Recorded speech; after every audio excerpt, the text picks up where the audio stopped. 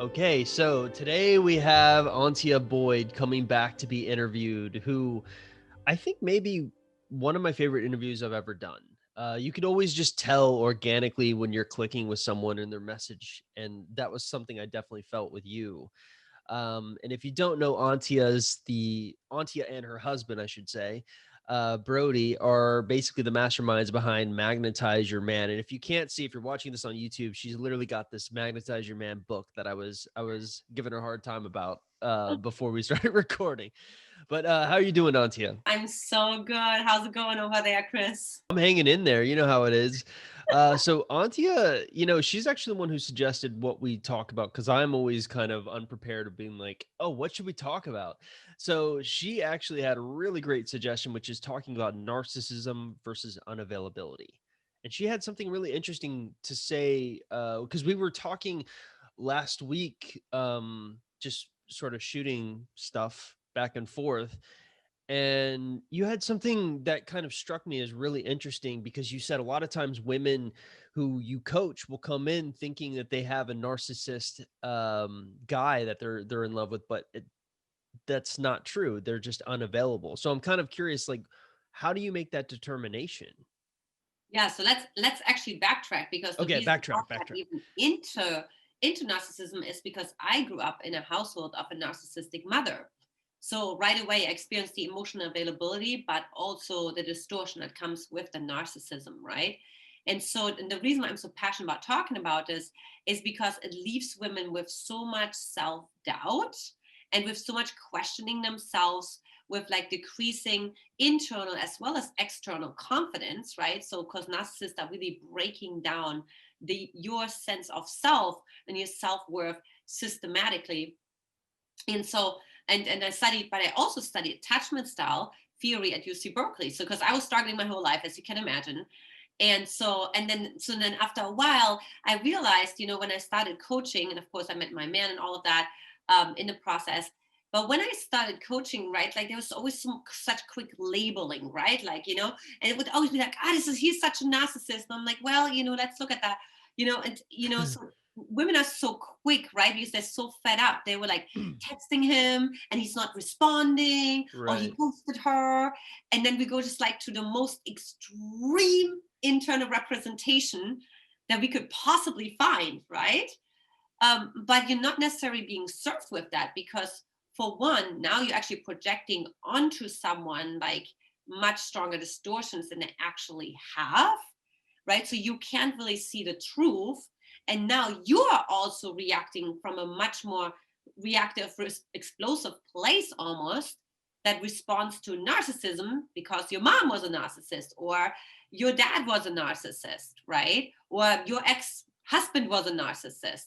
So that's usually what happens. And I think this is a huge distinction here because, and we'll go into all of that, how that all comes together.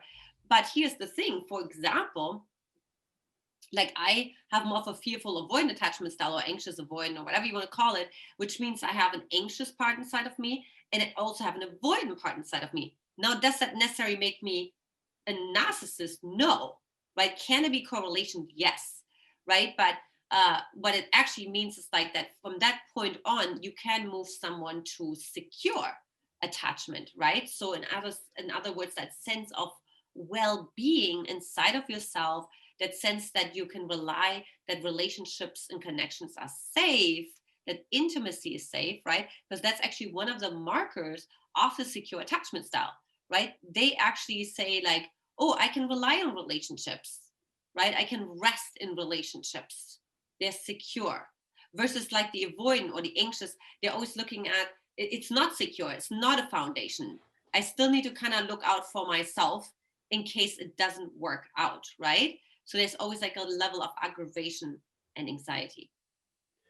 So you said a lot of really interesting things, but there's two things that really first come to mind. The first one is really this concept of, you say you'll be on the phone with your clients, right? And there's this immediately labeling of a narcissist, like, oh, he's not texting me, he's a narcissist, I can't believe it.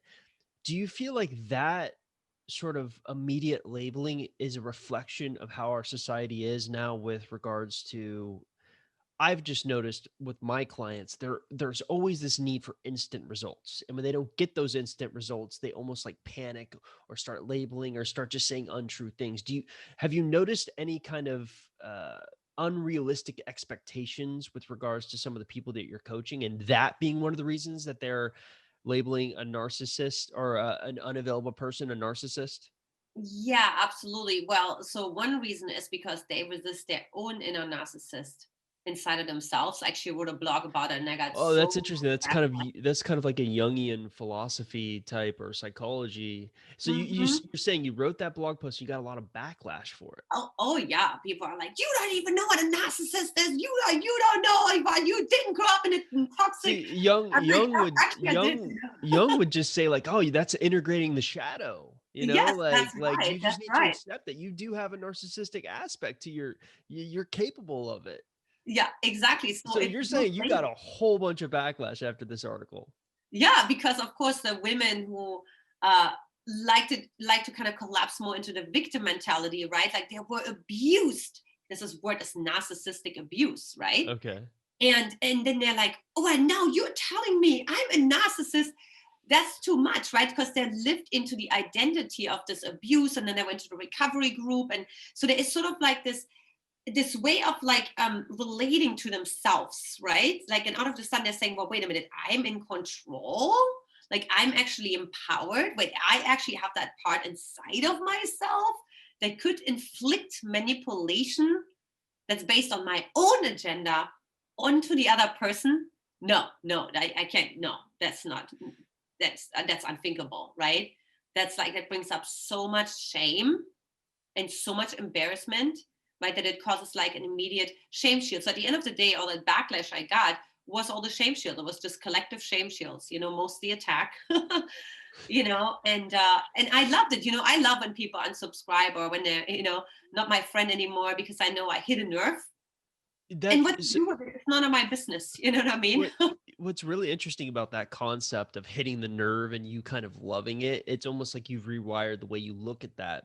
I was Yeah. watching this video which was unrelated to psychology, it was more business related for business, and it was this guy who was talking about like the differences between your rabid fans versus your haters, right? Mhm. And usually you can't say anything worth saying unless you offend someone.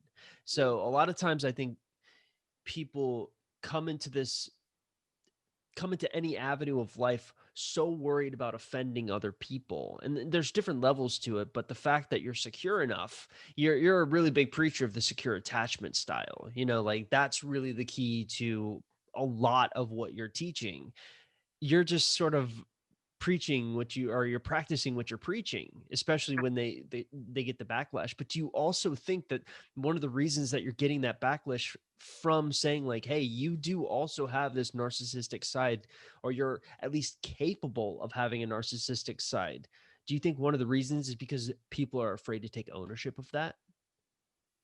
I very much think so. I mean, when my mom, so narcissists, that's how they gaslight, right? Right, So right. of course, so my mom like projected onto me who she is. So she would say, "You are so selfish," and so then Yeah. of course that was like my biggest trigger, right? So then of course, if I would have read a blog that like, no, you're actually selfish and you're actually a narcissist, I'm like, no, that's my biggest trigger.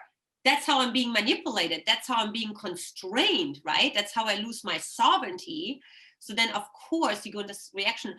But I will tell you, Chris, that actually what set me free, how I was able to actually break free from my mom sort of owning me just through that word being selfish, right? Was actually owning it and actually saying, yeah, I can be narcissistic, or I can be selfish, or I have narcissistic distortions inside of myself, which, by the way, you do if you have narcissistic parents, you will have narcissistic distortions because of the mirror neurons. There's just no way around it, right? So, and it's really empowering, though, with that awareness to actually say, yes, I have that inside of myself, right? Because from that moment on, my mom didn't have that hold, that grip on me anymore. And I was free. I was finally actually being able to be all of who I am. I don't have to hide myself anymore, or be quiet when I actually want to say something because I'm afraid to come off as selfish or as arrogant. That's Yeah. like another good word, right? um yeah, it's really powerful. And I know I always tell my women, right, like the only way through healing it is really the way through it, right? You can't heal it sort of from the outside, or if you go around it or over it, you know what I mean? It's like, no, you can't go through it, right? And you really got to own what you judged your parents the most for, or your ex-husband, because I know you have like a lot of, you know, people want their ex back, right? Yeah, well, Yeah, yeah. So for us, it's like two camps. You have the people who want desperately to get their exes back, and the people who want desperately just to move on. But yeah, both are dealing with breakups. And I think also when you look at the people who are listening to my podcast or watching the YouTube videos on my channel, a lot of them are going through breakups, and sometimes I think there's like, you know how we're talking about like taking ownership. I think sometimes the women that I talk to take too much ownership. They don't take it, they don't allow themselves to realize my ex should take ownership of what they did. mhm, mhm. So for you, where do you feel like that line is between Totally. being realistic and not realistic about that? Yeah, I can actually relate to that because I was the kind of child that would stand in the middle of the living room and my parents would just yell at me. And I would just be like, yes, yes, it's all my fault, it's all my fault, it's all my fault, right? So there's either the people who just take on all the responsibility, they're overly responsible. We also call them the compensated murderers, right? Or on the other side are the ones that are blaming, right? Those are usually the ones that respond with the shame shield of attack, right? Like it's Right. all your fault. So yeah, so we kind of want to see, what I always tell my women is, so when they come in, I can already tell if they're if they're more blaming, or if they're more taking or self-blaming, right? So if they're more self-blaming, we'll always move towards the balance. So for the women who would be already like, oh, to take the responsibility, I would actually say, hey, it takes two to tango. You know what I Right. mean? Like there's, yes, you make certain interpretations and you have belief systems and things like that, but you also have to say that he has accountability, right? So those women don't hold other people accountable, right? Because they're like so afraid of the repercussions of it, or maybe they were also trained that other people are being put on a pedestal and they are not, right? So that would be an example of a narcissist child, right? A child Right. from a narcissist. And there's like, you could either be the black sheep as a child of the narcissist, or you could be the golden child, right? That basically is the extension of the parent, right? Like, oh, my daughter, she won the competition because she's my daughter, right? This So, but either way, this have that sounds a dynamic. lot like Donald Trump, doesn't it? You know, he always holds his daughter Ivanka up as like the golden child, you know. But Interesting, yeah. let's not get political here. Right, right. um But the point is like, right, so it's like this either a golden child or you have the black sheep, right? So you basically didn't pay attention to me, and so you're being so so ostracized, so basically. you're talking about it from the parental perspective, Yeah, right? yeah, Right now, does exactly. that also kind of evolve into maybe a relationship? Like how does that come into relationship aspect? Because I feel like the golden child versus the black sheep, I feel like you need two children to have that. Or can it Oh yeah, be for sure. in one distinct personality? Like one moment, this one person is can do nothing wrong, and the next moment they're doing everything wrong, and they just flip flop between those two. Can that also happen with one singular personality? I mean, I've seen that, right? So when we actually look at the studies, they actually do distinguish that it's two different kinds of people. Because think about it, one is the golden child, so she's getting like invested in, and she gets all the attention, but she doesn't have the independence, so she doesn't have the choice. It's just because she's being chosen. Those are the homecoming queens, and and the child actresses and all of that, right? Right. So the moms are living vicariously through them. But when you're like the black sheep, you're really being ostracized. It's like all your fault, right? Like whatever goes wrong, it's basically saying all the shadows are being projected onto you. For the golden child, it's the opposite. It's all sort of the light or Mm, the hope or whatever the mom had for herself is being projected onto you, right?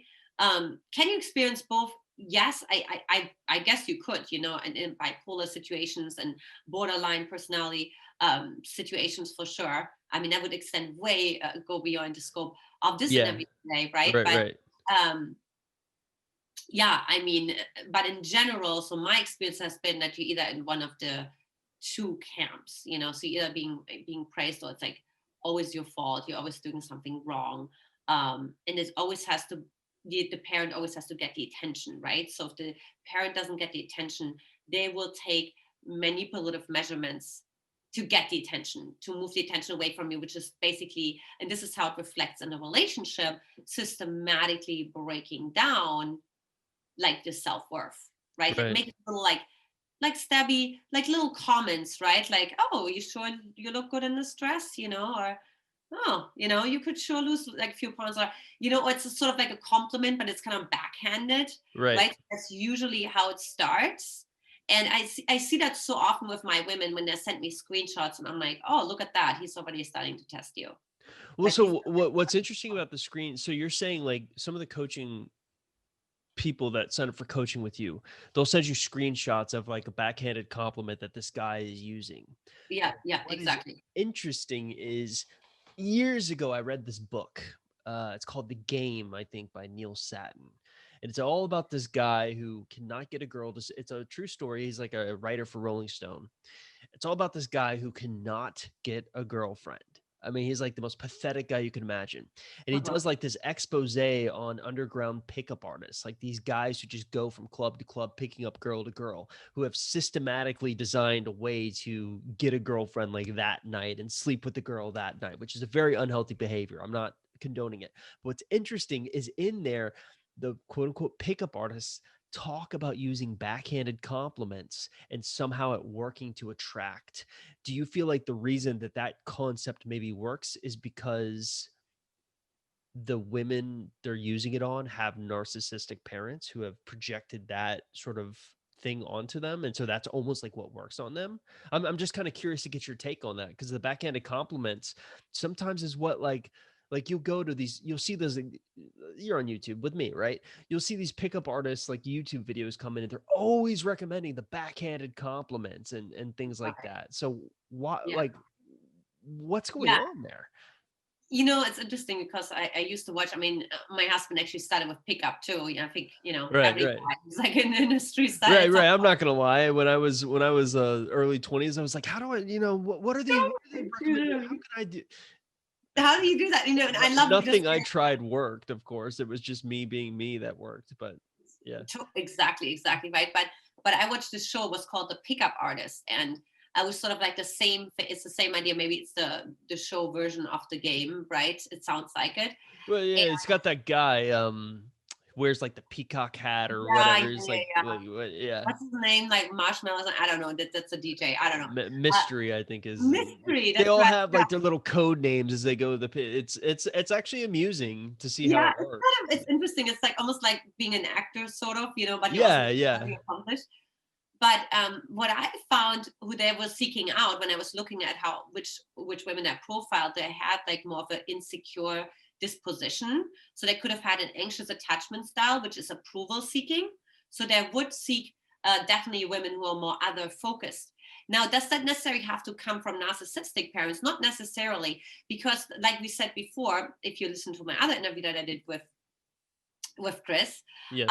that when you have an anxious attachment style, that comes from inconsistent response of the primary caregiver. So all what was needed was your mom not responding all the time. So maybe she was busy, maybe she was working full time, or maybe she wasn't emotionally, she was kind of in and out, right? But it doesn't necessarily have to be a narcissist. And that's why I'm so excited to talk about this, because also understanding where the unavailable, Unavailable. Right, right. right, is coming from. That's actually coming from no response, right? As a matter of fact, when we watch the strange situation study by Mary Ainsworth, and you can Google all of that, it's all on YouTube, right? But when we watched that and we saw like toddlers between 12 to 24 months, I think it's 18 to 24 months, how they were responding with Oh, the oh, oh, caregiver is that the study where they have the mom like leave. with kids, they'll go in and they won't say anything to see if the baby cries? or Yeah, so the something. mom leaves. Right, They're going to right. study and then they also study the response of the infant at the mom's return.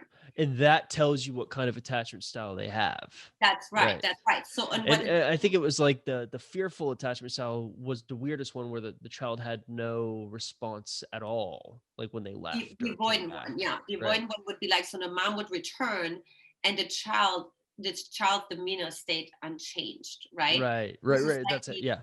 versus the secure would like easily be soothed, right? So they may cry for a second and then they easily soothe mom's Right. back, right?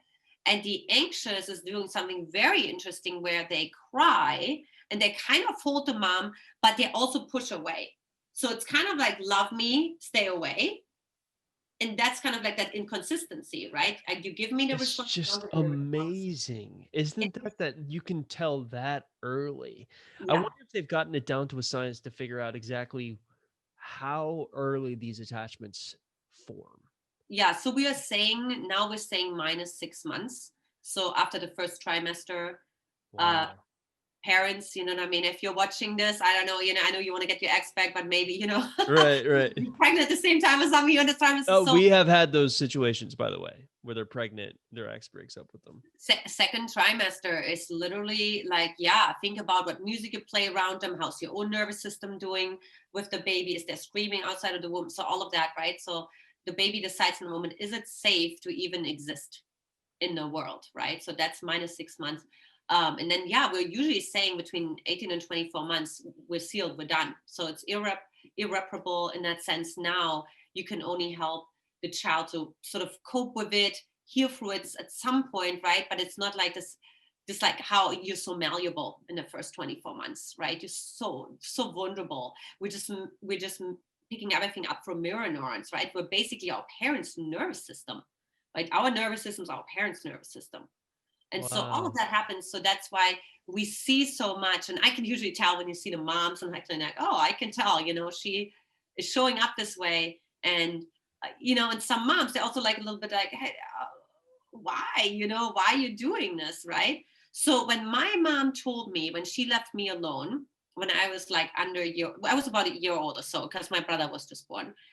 And she was like, I would come back and he would just smile. And I'm like, Mom, that's not a good thing.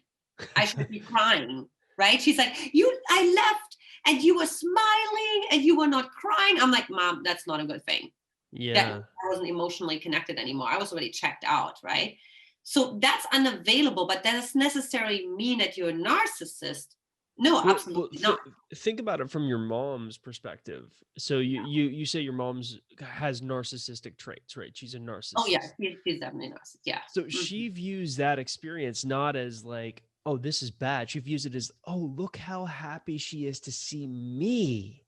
You Right. know, that's why Yes. she thinks it's like, oh, it's so cute. She sees me, but that's actually not a good thing, according to Right. psychology. Right. So I'll give an example. So an avoidant parent would show up versus a narcissistic, and then you can see how this also plays out in dating, right? So for example, so an avoidant parent would simply be just like emotionally not available. They would be just kind of dismissive, right?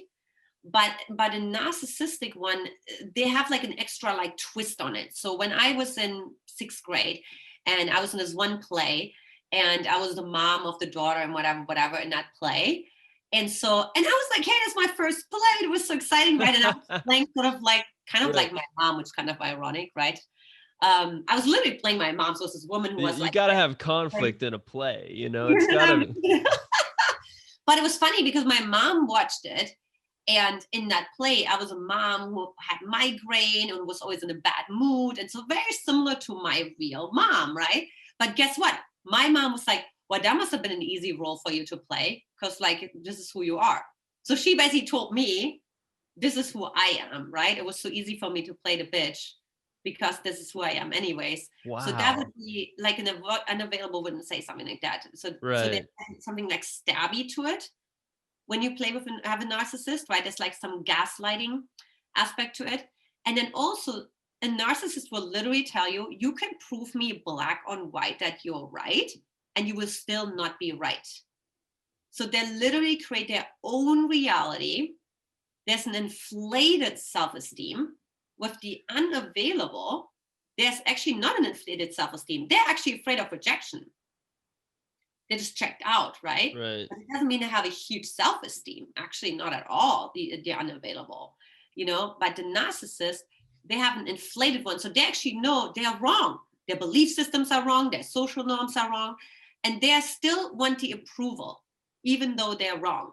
So do you see how that's like it's completely distorted. It makes no sense. They already know that they're wrong, but they won't be wrong because in their reality, they're not wrong. Yeah. Yeah. I mean, uh, Some I women, know. I can already feel some women are feeling already like triggered, and that reminds them of like Yeah. something. As you were talking, I was thinking there's one very specific person in my life who I'm like, this is them to a T, specifically with the reality breaking things where you can literally, so maybe the best example of the narcissistic aspect that sort of creating your own reality that I personally experience is when you know clearly that what the person is saying is incorrect. Mm-hmm. And I had the misfortune once of being like really fed up with it normally I'm like, okay, I get that this person is narcissistic. This person does Mm-hmm. not like to be proven wrong. That Mm-hmm. ends up, it ends up becoming an argument where you're just like, no, you're wrong. And this is why you're wrong. So I got the idea once. It was like, oh, this will shut them up. Like I'll know exactly what to do. So the person made a statement that I knew was blatantly untrue. I literally went to Google, I found the answer, I held up my phone in front of them, and it still didn't work. That's wrong. That Wikipedia article is wrong. It's like it can't win. That's an example of a narcissist.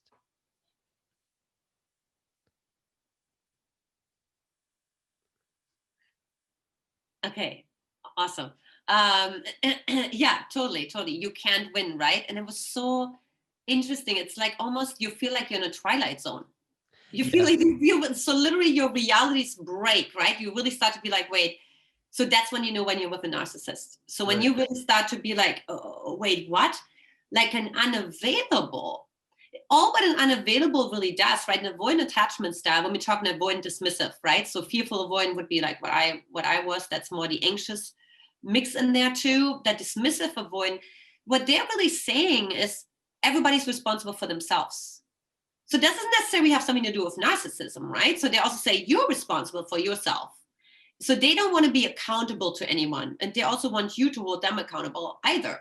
Right. So they kind of get this whole like, Can you give me an example of how that plays out specifically in relationships? Just like give a oh, concrete perfect. So example. really great example that I heard was so a woman was like asking a guy, he was going on a business trip, and he's like, hey, can you do me a favor? Can you just like when you land, just send me a quick text message. Hey, I landed, all good, And he agreed to it, and he ended up not doing it, Okay. right? And what he ended up saying is like, we're on our own, you know what I mean? I don't owe you anything. Were they dating when he made this statement? Yeah. They were dating, yeah. So that's pretty typical for like an avoidant because they're like, I'm on my own. I'm doing my own thing. I don't owe anybody anything. So it's this whole like owing somebody something, being accountable to something, being committed to something. So how do you get past that specific type of a mentality? Like this person who's dating with you, who you feel like it's it's not like they owe you anything. It's more like it's just common courtesy. Like I just want to make sure you're safe. Right. How do you Exactly. get how do you get through that person to that specific of an unavailable person? Well, I think the biggest thing is actually that the unavailable has to want it himself. So my husband, he used to work with men, and all of that. And he said it was even hard when the unavailable came to him. And the reason why they were coming, they're like, look, I'm in my 40s, you know what I mean? And I'm just like, I want a wife. And I know I don't have one because I was like unavailable the whole time, you know what I mean? And then they have to really face their fear of intimacy because what happens with the avoidant is they're afraid of intimacy. Intimacy to them means death. So before they cut off all access to humanity, basically, or their heart, right? They were actually going through a tremendous amount of despair, Hmm. right? We're talking existential anguish. And so that's so much anxiety for the baby to handle that the baby literally feels like it's going to die. It's like it's literally fries the whole nervous system, right? So that's why eventually it shuts off. to protect itself and to actually stay alive, right? So what it does is like, so every time when it gets closer to that existential anguish and that despair, right? Because it has to go through that to get back to that connection, to get back to that trust, because it cut it all off. So you compare it this way. So imagine like you're a piece of metal and you have to be able to go into the oven and you have to be willing to melt and to lose. It's not going to be a fun process. What do you say? It's not going to be a fun process. No, it's scary as heck, right? Right. So that's what. So the minute the unavailable feels like men or women, right? Feels like they're getting too hot. I'm starting to lose form. They're pulling out. Right. It's nothing personal. It's a nervous system, right? It has a certain temperature set, and just through through attachment work, them really wanting it, can this actually be healed? Do I have, it's going to take a lot for, especially when a woman is anxious. I mean, if she's secure, there's definitely much more of a potential there that she could just be like with that and just like, hey, he's doing his avoidant dance again, whatever, right? And she's very secure and he learns to be secure. But if a woman is more on the anxious side, they really become each other's worst nightmares on earth, because he wants space, because he feels like he's losing his everything, his identity, his form, everything, right? And her worst nightmare is distance. So when she wants connection, right? So they become each other's worst nightmare.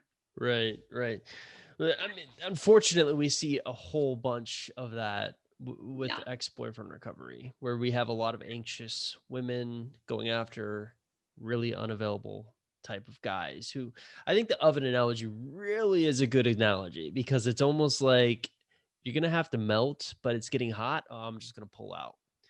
And from talking with Antia, I almost already know the answer. A lot of people are going to be sitting there and thinking, okay, I get it. How do I deal with that? Well, the answer is actually a little bit more simple, but complicated at the same time. You need to really invest into becoming secure, because usually those secure attachments kind of pull things towards them. They're almost like magnets. They'll get the piece of iron and magnetize it. But that's hard to do if you're an anxious attachment style, And that's why I always say, for one, yes, working more towards secure. And by the way, you don't have to be finished, because by no means was I all finished when I met my husband.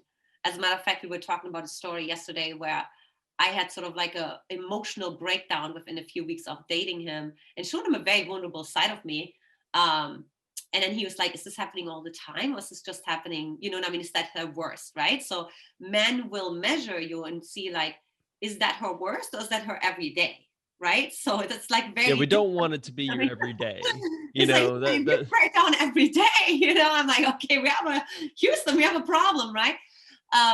And then this other thing is also being more drawn to somewhat of a more secure attachment style, right? Because my honest belief is, if more women would be naturally more drawn to healthy, secure attachment styles, the avoidant attachment styles, or the avoidant women, right, would have to step it up. They would have to heal. They would have to evolve, because they would simply not have a partner that wants to link up with them. Right. And we do want to have partnership. We do. Yeah, I mean, imagine we all do. Like you would literally say, oh, you're unavailable. Okay, I'm going to go with, that would get support, right? As if there's like a stigma on it, versus actually be like, I think women are really attracted to the unavailable, because there's so much up and down, as we talked about, right? Such a roller coaster, which sort of is that fake imitation of passion. So they think now this is passion. This is life force flowing through me. I feel activated. My heart is beating, right?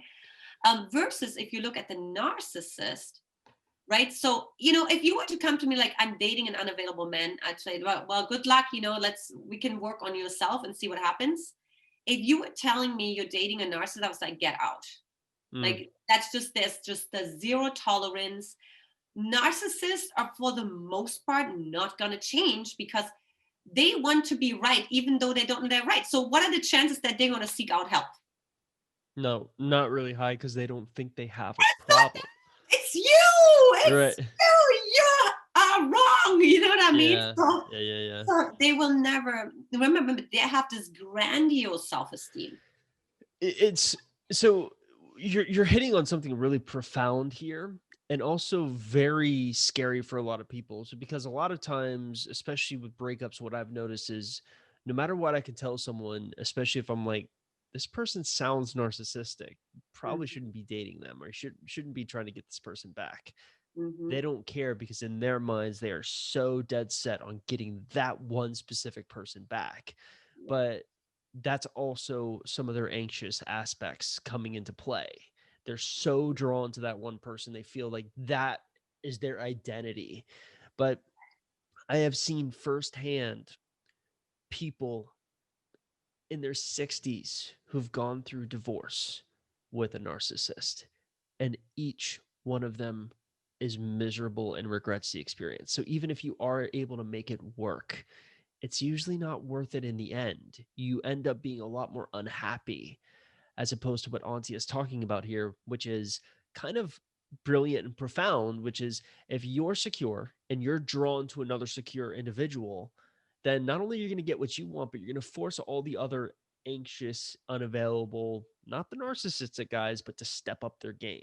And I think that's just profound, but people don't look at it that way, unfortunately.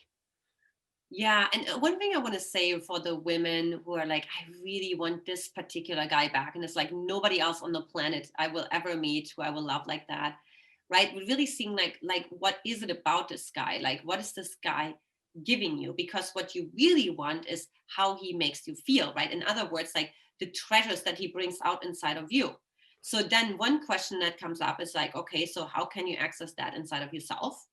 Those treasures that he activates, right? Or like proving to herself around her with friends, how can I have other people around me help me to activate that, to actually really see, oh, it's really like I feel like a princess when I'm around him, or I feel like I have this incredible sense of value when I'm around him. Okay, all that shows is like that you have that access inside of yourself. Like he's in your presence, in his presence, it just comes out, right? It's like you can't squeeze the lemon and apple juice comes out, right? So, Right. it's already in there.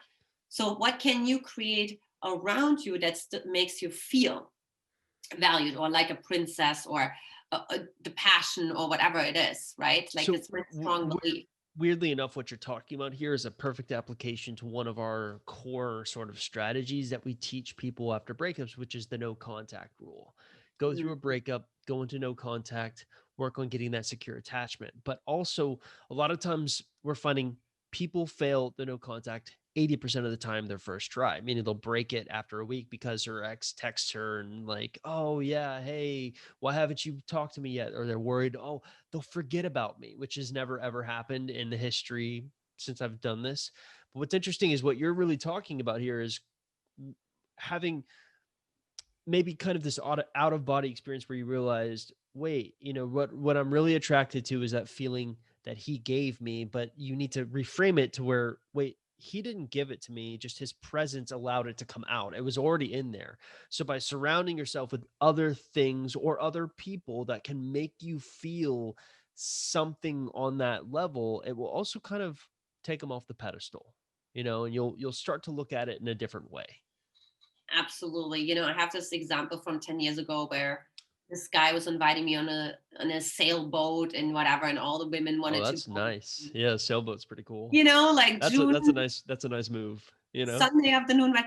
But what I actually understood was like, wait a minute, if I do that, then I become codependent because I'm really saying like only he can give me this experience.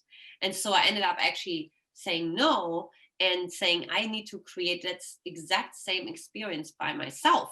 So then that way I can choose. Do you know that most women don't choose? They just literally live by default. Because they need something.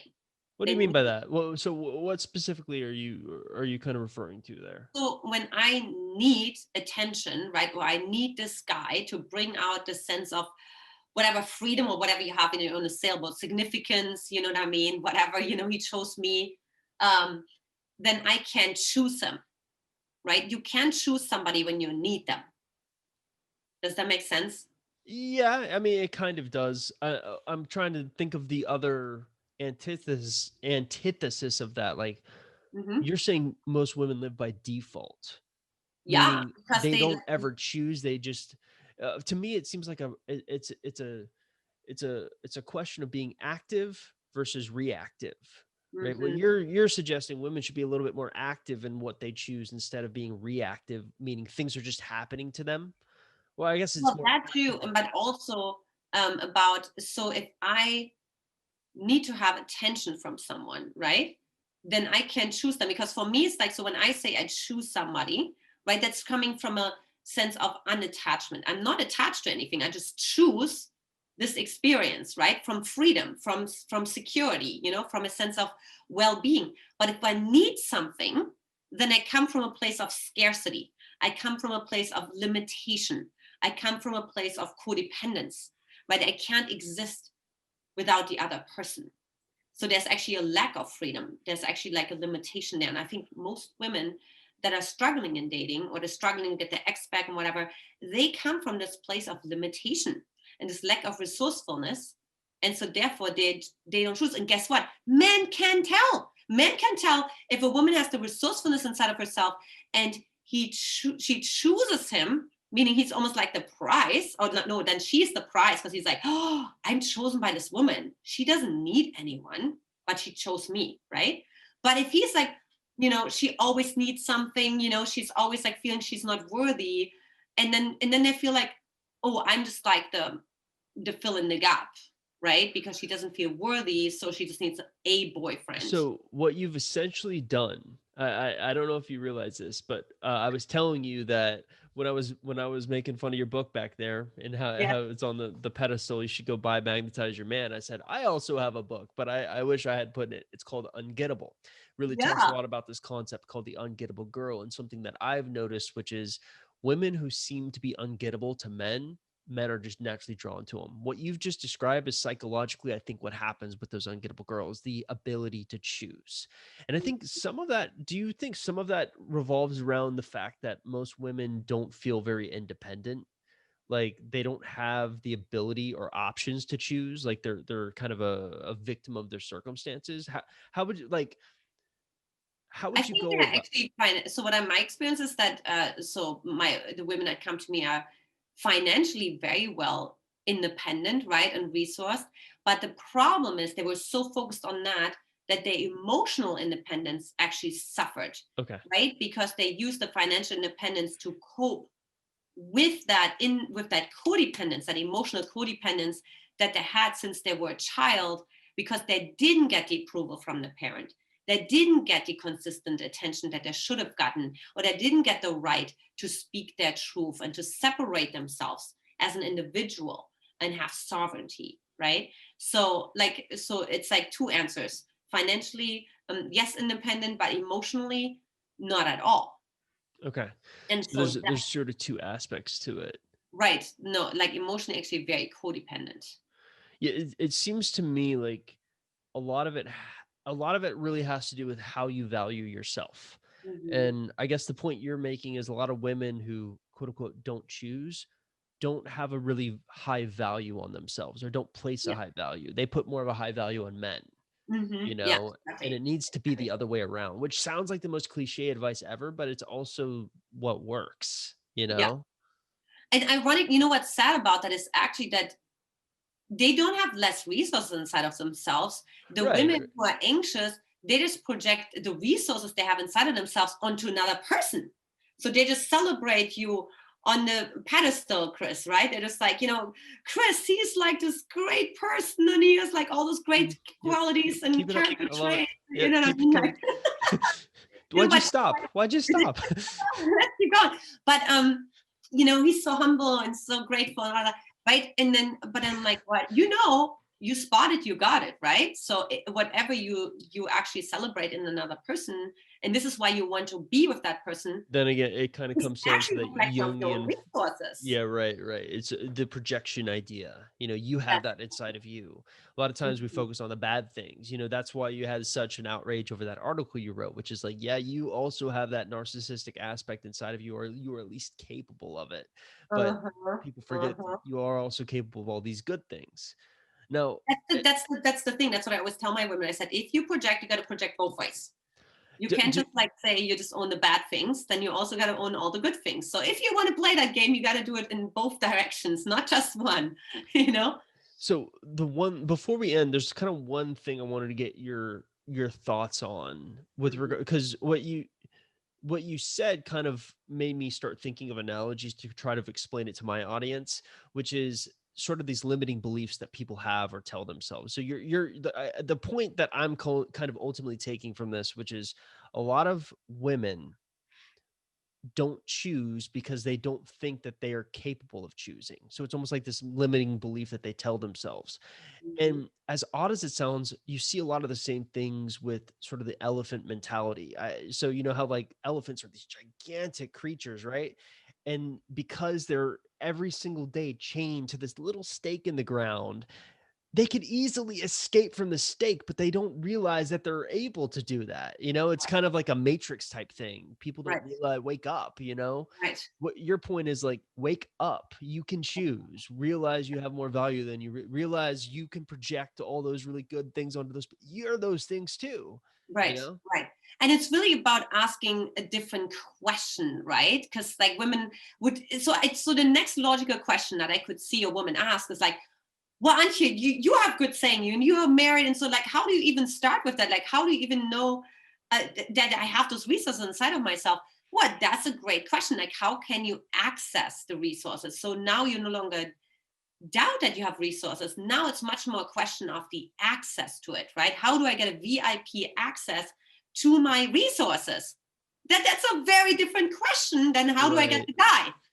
Does that make sense? Right. Very Right. different, you know? Well, it's a reframing of it, instead of focusing on them, you're putting a little bit more focus on you and kind of building it uh from inwards to outwards as opposed from outwards to inwards, which I think is maybe the issue a lot of women have, which is they're looking and they think the man will solve all of their problems inwards, but usually Right. it works the opposite way.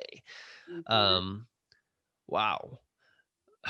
Every time we talk, I'm just like, oh, I'm gonna use that, I'm gonna use that, I'm gonna use that, I'm gonna use that.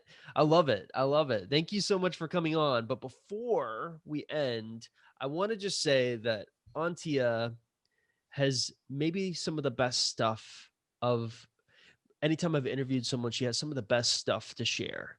Right. And so I really want to share with my audience the fact that she has coaching available. So why don't you tell everyone a little bit about your coaching so that they can basically partner up and become your client? Yeah, so the women that come to me are really mostly fearful avoidance. So if you find yourself in the camp, I'm kind of both, Right. and but still also successful, but they struggle with trust issues, attracting emotionally unavailable men, come also from narcissistic backgrounds, so there can be an overlap, like I said before, but are really really ready to step and own their power, right? Trusting their own power in their relationships, like attracting the right man to them, valuing themselves. So that's kind of like what we're working on here. And if you want to learn more, I invite you to like actually go to magnetizeyourman.com, fill out a quiz, and at the end there will be some resources and potentially also an invitation to have a call with me so we can actually see what it is particularly for you, right? Because we have to see where you're disassociating and where you're associating. That's literally the game, right? And that's what men pick up on. That's how they decide if they trust you. That's how they decide if they're going to ask you on another date. And that's also how they decide if they're going to take you back. Because if you're like still associated, unassociated, disassociated, and you haven't changed, he's not going to come back to you. But oftentimes it also some women don't want the guy back anymore after their work with me, because That's they realize, very wait a true. minute, this was The toxic from the get-go on, right? Right. Well, the end goal is always to make sure that you're in a better place than you were when you started. Mhm. And so Antia has this quiz on her website, and if you're watching this on YouTube, just simply look in the description link below this YouTube video. Click on the link you see there. I'm going to put a link to it. If you're listening to this on your run or walk or doing the dishes or whatever, all you'll have to do is come by our website, find the Antia interview, just click on the podcast or something. I'll have a link in there as well. So Antia, this quiz. What will the quiz measure for them so they know why they should take it? Oh, Like, there's like many different levels. I mean, it's really actually looking at their own emotional availability and really also seeing like, yeah, I mean, where's their commitment or where's their no commitment. So it's like a little bit of a lot of different areas, like what areas they need to focus on, what archetype they need to focus on. So there's different energies inside of ourselves. And so, some archetypes are really strong inside of us and some are not so strong at all, need to be really, they're kind of almost like in our blind spot, they're starved. And right. so, and that's why they're attracting distorted men and basically men that are conflicted inside of themselves into their life. So again, if you want to take the assessment / quiz, schedule a call with Antia, look in the description link in YouTube, click on it. Or if you're listening on the podcast, make sure you check out this interview on our website. There will be a link there. And I'm even going to put an email out to kind of let people be aware of this, because this was mind-blowing stuff. Thank you so much for coming on, Antia. Thank you so much. You're like the best host, Chris. Oh, thank you. Thank you. You bring out the best in me. You know what I mean? I'm like, wow, that was good. Oh, good. I'm glad I'm asking the right questions.